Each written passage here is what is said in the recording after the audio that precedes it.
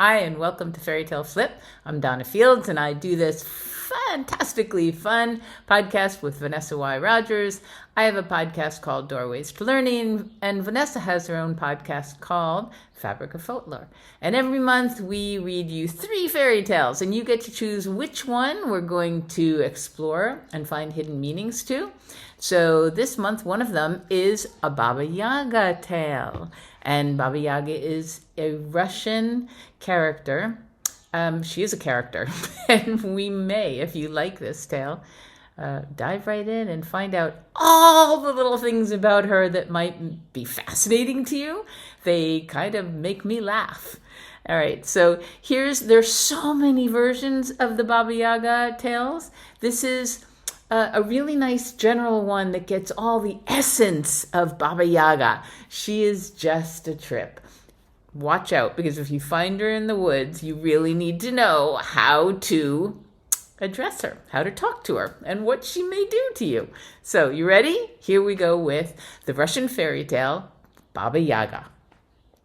Once upon a time, an old man, a widower, lived alone in a hut with his daughter Natasha. Very merry the two of them were together, and they used to smile at each other over a table piled with bread and jam. Yum! And play peekaboo, first this side of the samovar and then that. Everything went well until the old man took it into his head to marry again. So the little girl gained a stepmother. After that, everything changed. No more bread and jam on the table. No more playing peekaboo around the table as the girl sat with her father at tea. It was even worse than that because she was never allowed to sit at tea at all anymore. The stepmother said that little girls shouldn't have tea, much less eat bread and jam. She would throw the girl a crust of bread and tell her to get out of the hut and go find some place to eat it. Then the stepmother would sit with her husband and tell him that everything that was wrong with the girl tell him that everything that went wrong during the day was the girl's fault. And the old man believed his new wife. Therefore, poor Natasha would go by herself into the shed in the yard, wet the dry crust with her tears, and eat it all by herself. Then she would hear the stepmother yelling at her to come in and wash up the tea things and tidy the house and brush the floor and clean everyone's muddy boots. One day, the stepmother decided she could not bear the sight of Natasha one more minute. But how could she get rid of her for good? Then she remembered her sister, the terrible witch Baba Yaga, the bony-legged one who lived in a forest. And a wicked plan began to form in her head. The very next morning, the old man went off to pay a visit to some friends of his in the next village. As soon as the old man was out of sight, the wicked stepmother called for Natasha. "You are going today to my sister, your dear little aunt, who lives in the forest, and ask her for a needle and thread to mend a shirt." "But here's a needle and thread," said Natasha, trembling, for she knew that her aunt was Baba Yaga, the witch, and that any child who came near her was never seen again. "Hold your tongue," snapped the stepmother, and she gnashed her teeth, which made a noise like clattering tongues. "Didn't I tell you that you are to go to your dear little aunt in the forest to ask for a needle and thread to mend a shirt?" "Well then," said Natasha, trembling, "how shall I find her?" She had heard that Baba Yaga chased her victims through the air in a giant mortar and pestle, and that she had iron teeth with which she ate children. The stepmother took hold of the little girl's nose and pinched it. "This is your nose," she said. "Can you feel it?" "Yes," whispered the poor girl. "You must go along the road into the forest till you come to a fallen tree," said the stepmother. "Then you must turn left and follow your nose, and you will find your auntie. Now off with you, lazy one." She shoved a kerchief in the girl's hand, into which she had packed a few morsels of stale bread and cheese and some scraps of meat. Natasha looked back. There stood the stepmother at the door with her arms crossed, glaring at her, so she could do nothing but go straight on. Natasha walked along the road through the forest till she came to the fallen tree. Then she turned to the left. Her nose was still hurting where the stepmother had pinched it, so she knew she had to go straight ahead. Finally, she came to the hut of Baba Yaga, the bony-legged one, the witch. Around the hut was a high fence. When she pushed the gates open, they squeaked miserably as if it hurt them to move. Natasha noticed a rusty old can on the ground. "How lucky," she said, noticing that there was some oil left in the can, and she poured the remaining drops of oil into the hinges of the gate. Inside the gate was Baba Yaga's hut. It wasn't like any other hut she had ever seen, for it stood on giant hen's legs and walked about the yard. As Natasha approached, the house turned around to face her, and it seemed that its front windows were eyes, and its front door was a mouth. A servant of Baba Yaga's was standing in the yard. She was crying bitterly because of the tasks Baba Yaga had set her to do, and was wiping her eyes on her petticoat. "How lucky," said Natasha, "that I have a handkerchief." She untied her handkerchief, shook it clean, and carefully put the morsels of food in her pockets. She gave the handkerchief to Baba Yaga's servant, who wiped her eyes on it and smiled through the tears.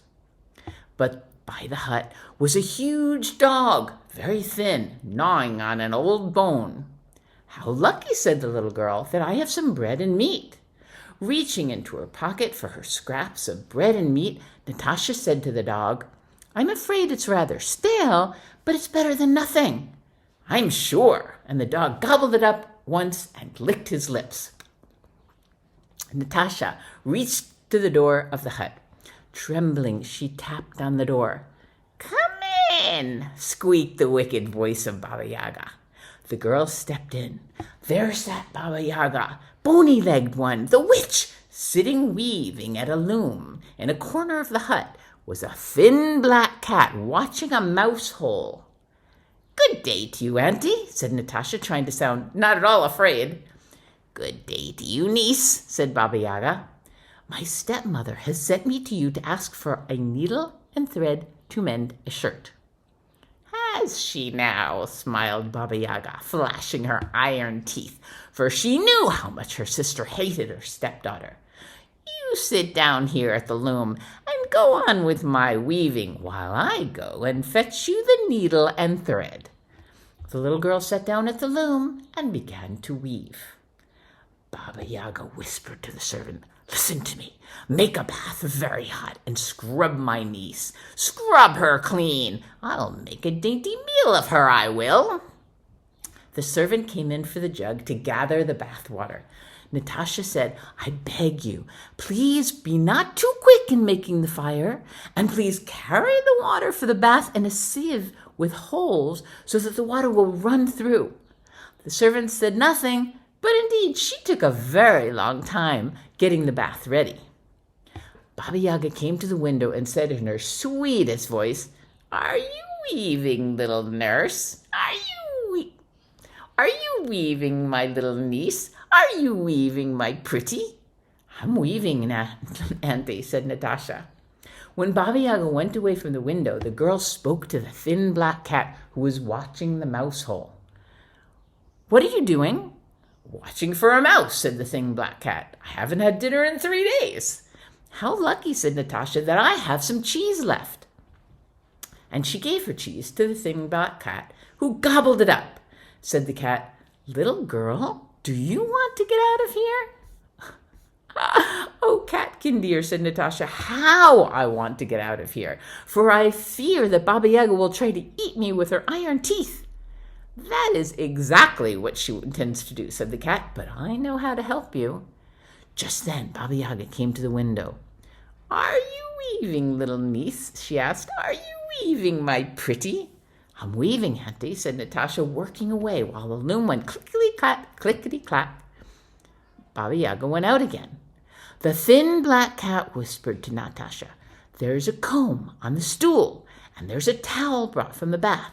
You must take them both and run for it while Baba Yaga is still in the bathhouse. Baba Yaga will chase you. When she does, you must throw the towel behind you, and it will turn into a big, wide river. It will take her a little time to get over that. When she gets over the river, you must throw the comb behind you. The comb will sprout up into a forest that she will never get into at all." "But she'll hear the loom stop," said Natasha, "and she'll know I've gone." "Don't worry about that. I'll take care of that," said the thin black cat. The cat took Natasha's place at the loom.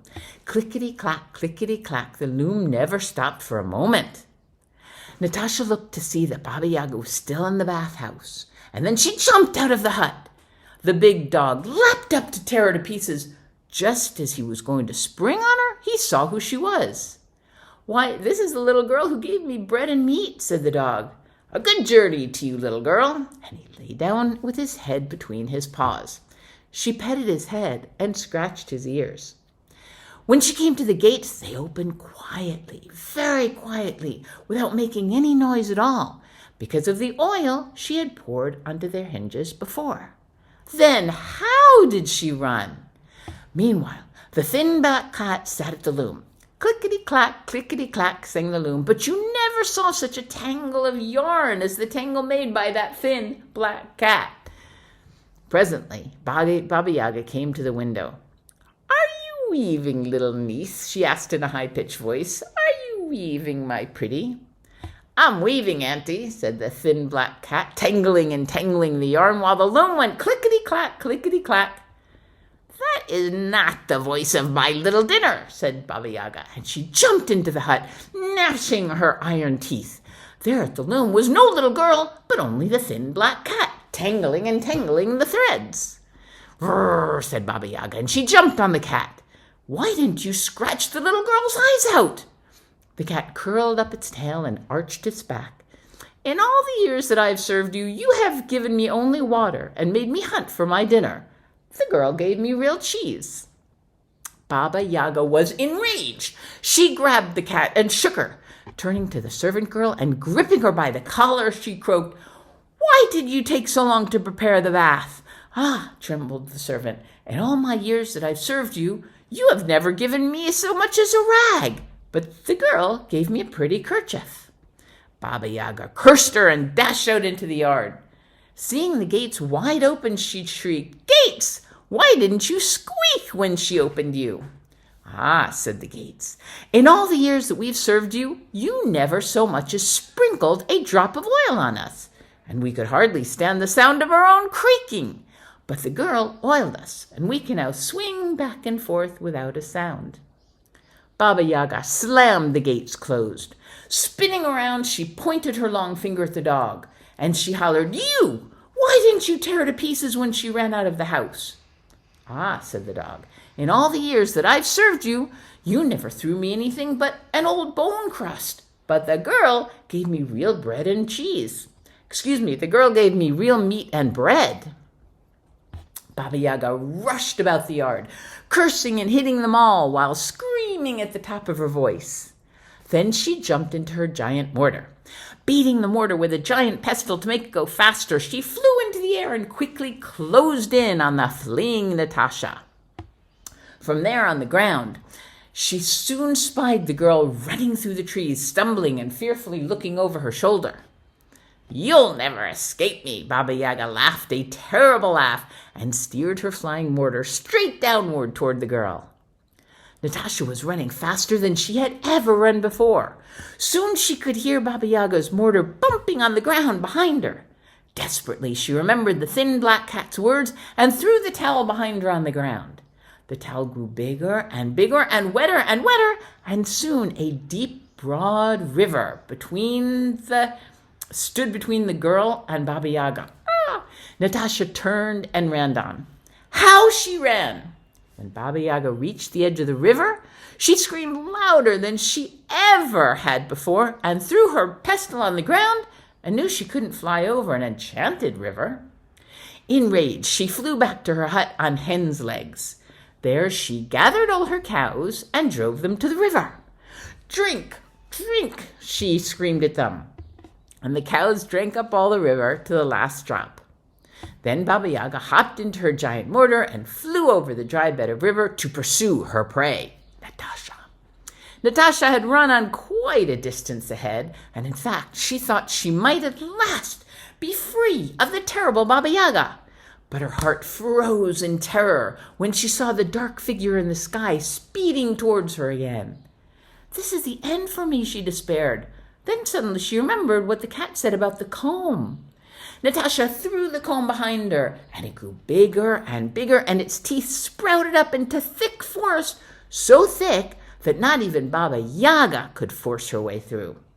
And Baba Yaga, the witch, the bony-legged one, gnashing her teeth and screaming with rage and disappointment, finally turned around and drove back to her little hut on hen's legs. The tired girl finally arrived back home. She was afraid to go inside and see her mean stepmother, so instead she waited outside in the shed. When she saw her father pass by, she ran out to him. "Where have you been?" cried her father, "and why is your face so red?" The stepmother turned yellow when she saw the girl, and her eyes glowed, and her teeth ground together until they broke.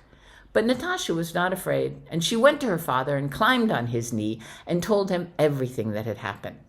When the old man learned that the stepmother had sent his daughter to be eaten by Baba Yaga the witch, he was so angry that he drove her out of the hut and never let her return. From then on, he took good care of his daughter, himself, and never again let a stranger come between them. Over the table, piled high with bread and jam, father and daughter would again play peekaboo back and forth from behind the table, and the two of them lived happily ever after. Oh my goodness, what a great tale. What a fun tale. And